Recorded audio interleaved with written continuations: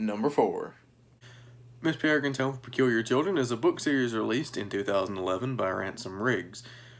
And it's the first book in a series of 3, with the whole book series being called Miss Peregrine's Home for Peculiar Children, or just Miss Peregrine's. And that's all I can say about it, really. But so let's get started with story.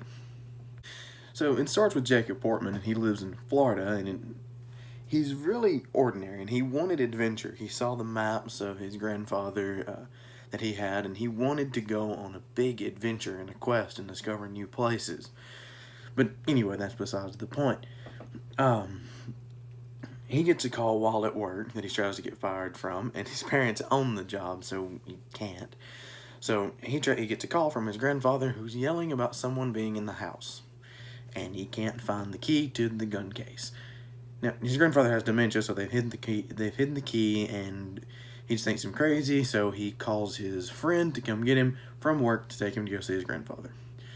So he does. He gets there. The sun's going down. It's kind of dark.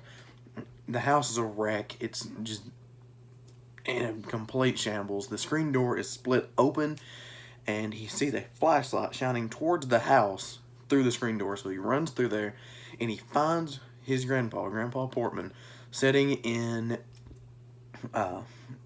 laying down in the grass. He's hurt, and he's holding a letter opener, and that's his weapon. That's what he was fighting with.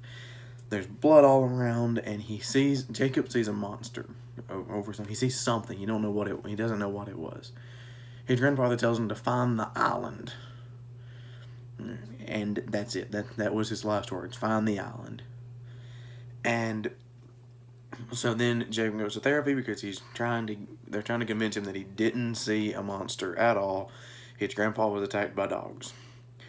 Eventually he gets a book for his birthday. He finds where the island is.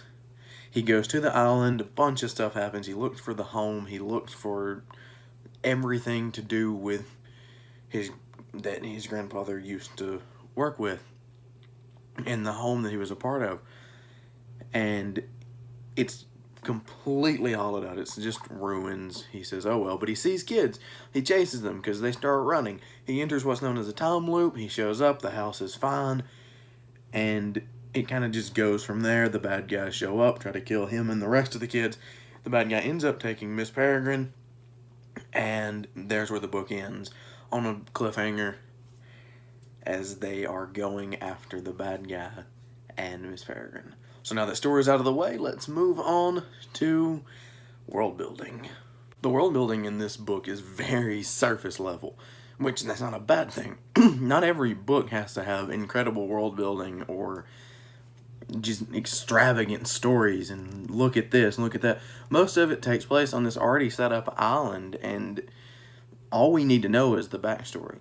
All we need to know is the rudimentary powers of the peculiar children. What can they do? And all of them have superpowers. So superpowers is a broad term.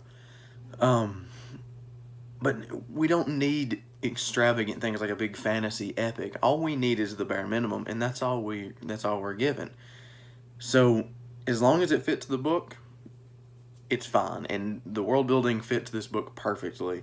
So I have no problem with it. So now that's out of the way, let's move on to characters. From the moment you start reading Miss Peregrine's Home for Peculiar Children, at least for me, I felt like that I knew Jacob Portman. And that's a testament to the characters of this book. From the first page you see and meet this character, you know them. You know who they are, how they're going to react. They feel so real. They feel like a person. They feel like just somebody that you walked up to and you just started to get to know them. One of your best friends. They feel real.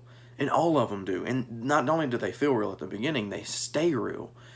They all react believably to certain scenarios. And they're just real characters. And that's all I can say about them. And that's the highest regard I can give them. So, I love these characters. They're probably the best characters I've ever read. So, let's move on to pacing. The pacing in this book is wonderful. It might be slow at times, and it is. It's a really slow-paced book, but it fits it so well.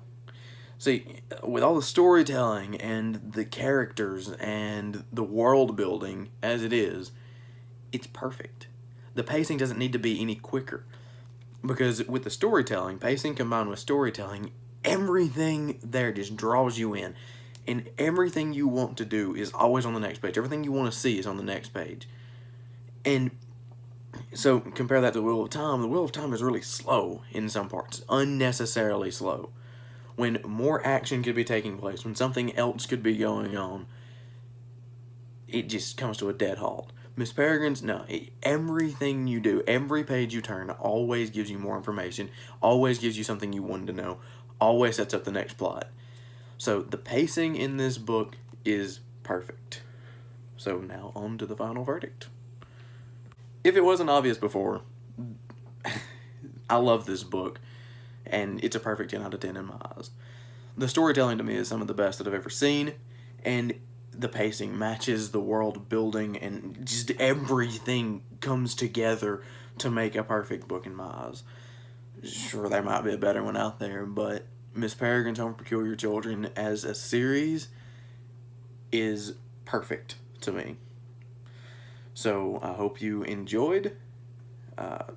Stay tuned for tomorrow if I have time. It's going to be the book to movie Why Do They Suck So Bad movie video.